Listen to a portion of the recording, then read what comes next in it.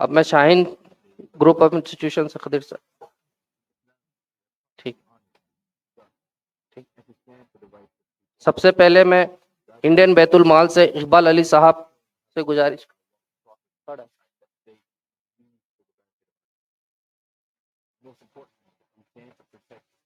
वक्त मिल्कियत बचाओ कमेटी से इकबाल अंसारी साहब से मैं गुजारिश करता हूं।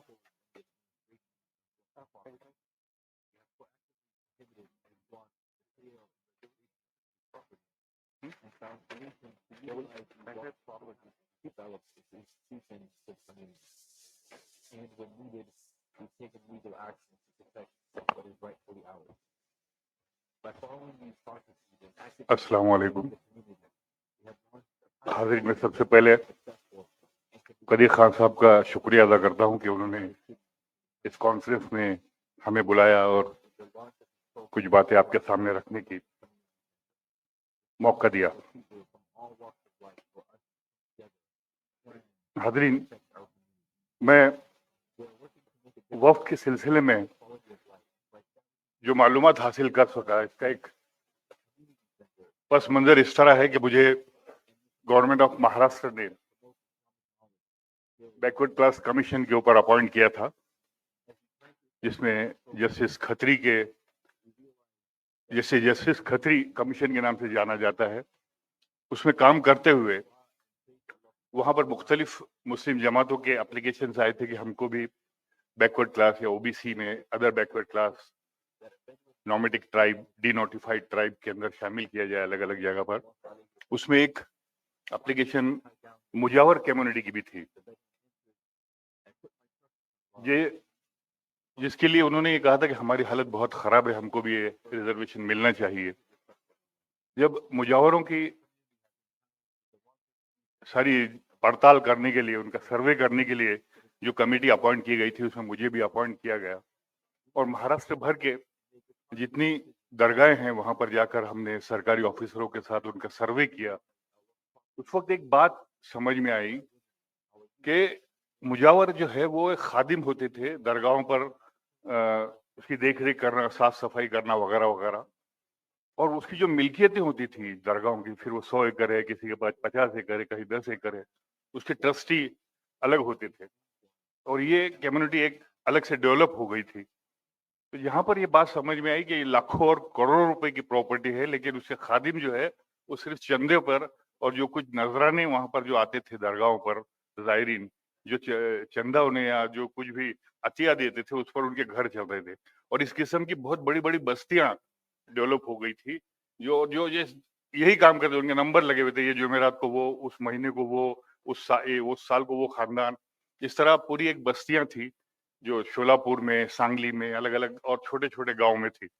वहां से इन वक्फ प्रॉपर्टी से मेरा अटैचमेंट हुआ और मेरे सामने ये बात आई कि ये प्रॉपर्टियां बेकार पड़ी हुई है, इस पर कुछ करना चाहिए, कुछ बेची जा रही है वगैरह वगैरह।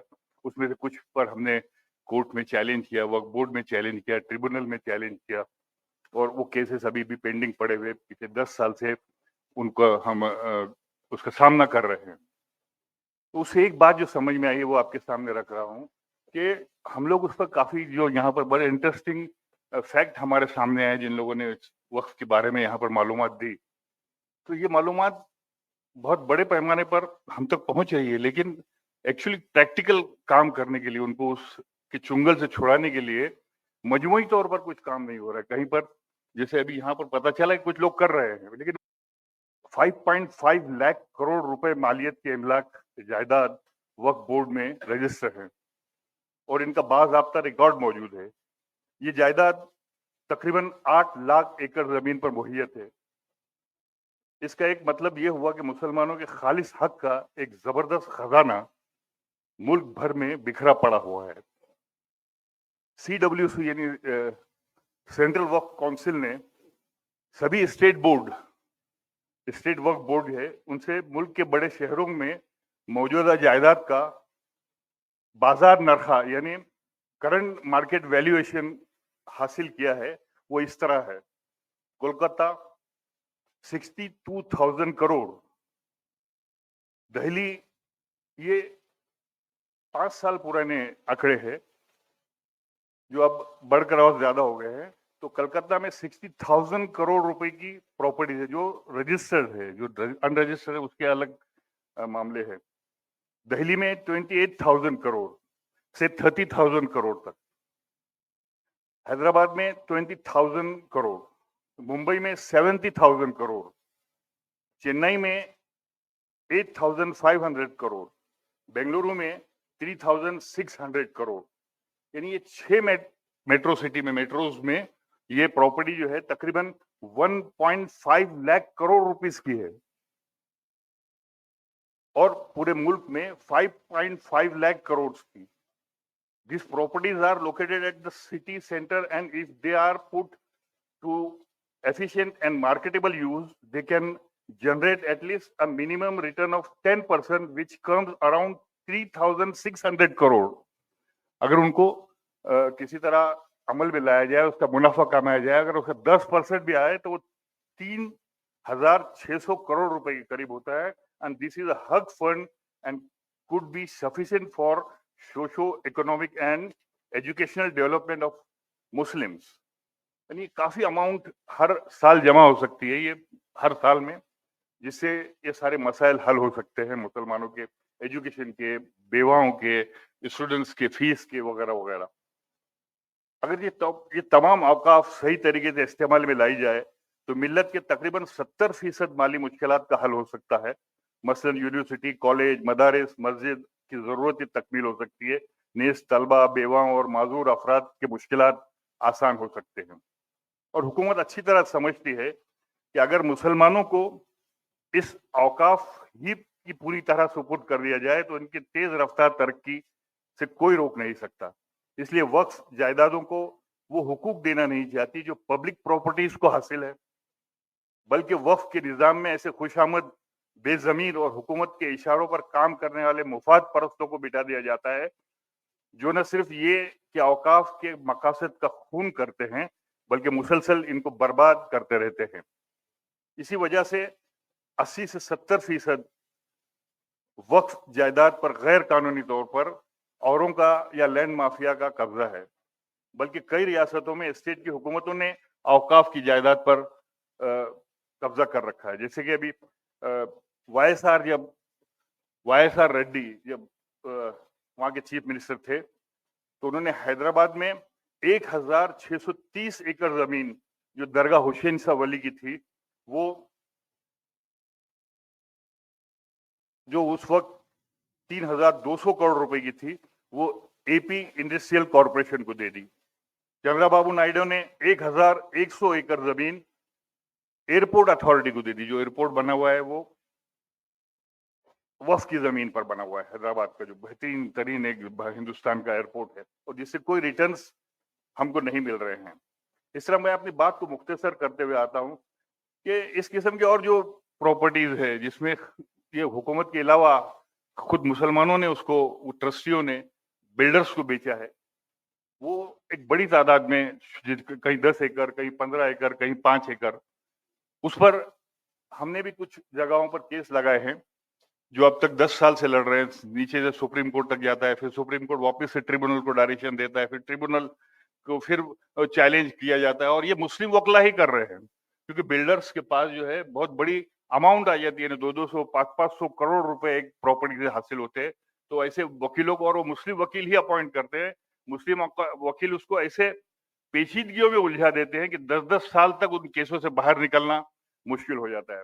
और उस पर केस करने वालों पर फौजदारी केस भी लगाए, हम पर भी फौजदारी केस लगाई गई, झूठे लगाए गए, जिसको हमको निर्दोष साबित करने में हमको 5-5 साल कोर्ट में चले गए और इस किस्म के दबाव लाए गए। बहरहाल मैं मुख्तसर करते हुए और आता हूँ कि जो 1995 का एक्ट आया था गवर्नमेंट ऑफ इंडिया का, उसमें महाराष्ट्र गवर्नमेंट ने एक तरतूब निकाली, एक नोटिफिकेशन निकाला कि महाराष्ट्र में जितनी भी वक्फ की प्रॉपर्टीज है उनकी सर्वे करके एज इमीडिएटली उस पर से मुतवल्लियों के, जमींदारों के और कब्जादारों के नाम निकालकर वो वक्फ की प्रॉपर्टी ऐसे इंदराज किया जाए। और इसको पायलट तत्व के ऊपर पूना और परभनी को चुना गया और वहां पर उस नोटिफिकेशन के जरिए काम शुरू हुआ, सारे सर्वे हुआ। लेकिन अब तक रेवेन्यू डिपार्टमेंट इस काम को करने में आज टालम टाल कर रहा है कि वो सिर्फ उन 7/12 के उतारे या प्रॉपर्टी कार्ड को कोरे कर दे और उस पर सिर्फ प्रॉपर्टी वक्फ बिलोंग्स टू वक्फ ये डाल दे, ये भी नहीं हो रहा है। लेकिन 2014 में एक बिल आया था जो बहुत अच्छा था कि वक्फ प्रॉपर्टी एविक्शन अनऑथराइज्ड ऑक्यूपेशन, ये 2014 में ये बिल के अंदर जो सच्चर कमीशन का रिकमेंड किया था कि public permission permit premises act 1971 eviction of unauthorized occupation should be applied to work property. Work property में भी ये इंडियन सिविल प्रोसीजर कोड को अप्लाई किया जाए, ताकि जिस तरह हमारी प्रॉपर्टियां है पब्लिक की, उसी प्रॉपर्टी के जिस तरह के हुकूक है जो कानून लागू होते हैं वो भी वक्त पर लागू किए जाए।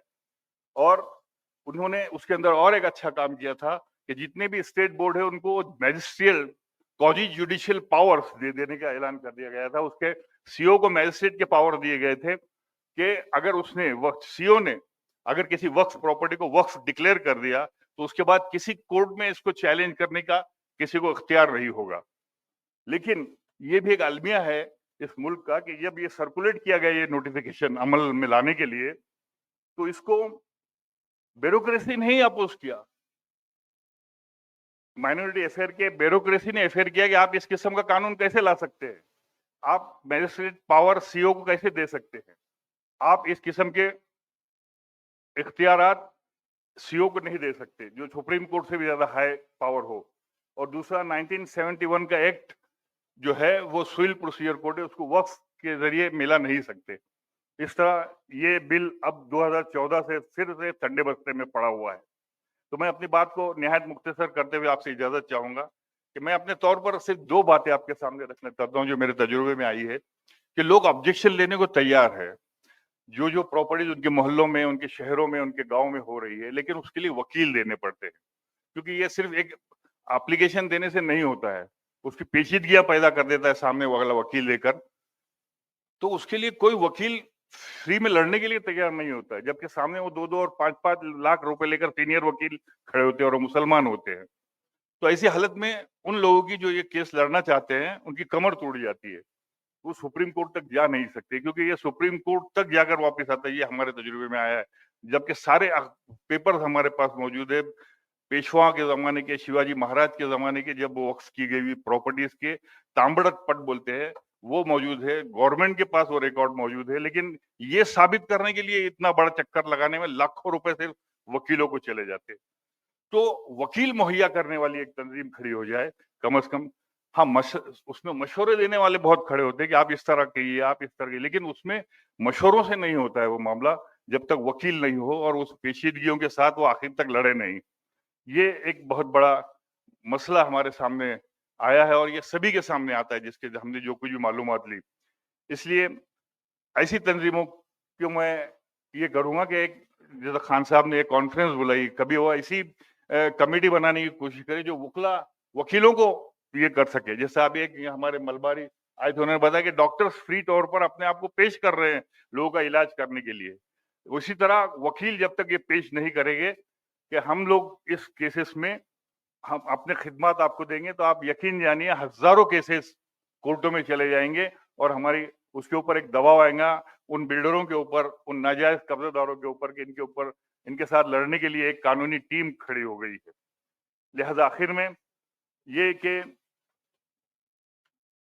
2021 में हुकूमत ने जो urban works property development scheme produce की है वो एक अच्छी स्कीम है, उसका हम स्वागत करते हैं कि जो वक्फ प्रॉपर्टी बेकार पड़ी है, अगर वो कोई प्रपोजल जिसका नाम उन्होंने शहरी वक्फ संपत्ति विकास योजना रखा है सेंट्रल गवर्नमेंट ने, उसमें अगर कोई प्रपोजल वो देता है तो उसके बगैर लोन के उसको करोड़ों रुपए उसकी जो अभी ये है स्कीम की वो दे सकते हैं, देते हैं, दे रहे हैं, जिसके जरिए ये बेकार पड़ी हुई प्रॉपर्टियां डेवलप की जा सकती है। लेकिन इसके लिए भी तंजीमों को आगे आना पड़ेगा, आर्किटेक्चर को जो आर्किटेक्चर है उनको आगे आना पड़ेगा कि भाई आप इससे इतना पैसा कमा सकते हैं, ये डेवलप करने के लिए इतने पैसे की जरूरत है, ये प्रोजेक्ट रिपोर्ट हम बना के देते हैं, ये प्रोजेक्ट रिपोर्ट आप इस डेवलपमेंट कॉर्पोरेशन में पेश कीजिए। इस किस्म की भी एक मूवमेंट चलाई जानी चाहिए ताकि जो जो कुछ भी थोड़ी बहुत प्रॉपर्टी हमारे हाथ में है उसको डेवलप किया जा सके। ये गाइडलाइंस जो है 2021 अप्रैल से हुकूमत हिंद ने जारी कर दी है और वो सब हमारे पास भी है, नेट पर भी आप उसको सर्वे करके डाउनलोड कर सकते हैं। 30 पेज की वो 15-20 पेज की तकरीबन गाइडलाइंस है जो बहुत अच्छी है। उसका स्वागत करते हुए उसका फायदा उठाना चाहिए। वो बहुत कम वक्त दिया गया था। ये एक ऐसा सब्जेक्ट है जिसके ऊपर घंटों घंटे बोला जा सकता है, लेकिन बहुत सारे लोग बोलने वाले हैं, इसलिए मैं अपनी बात को यहीं पर मुख्तसर करते हुए आपसे इजाजत चाहता हूँ। शुक्रिया। खुदा हाफिज।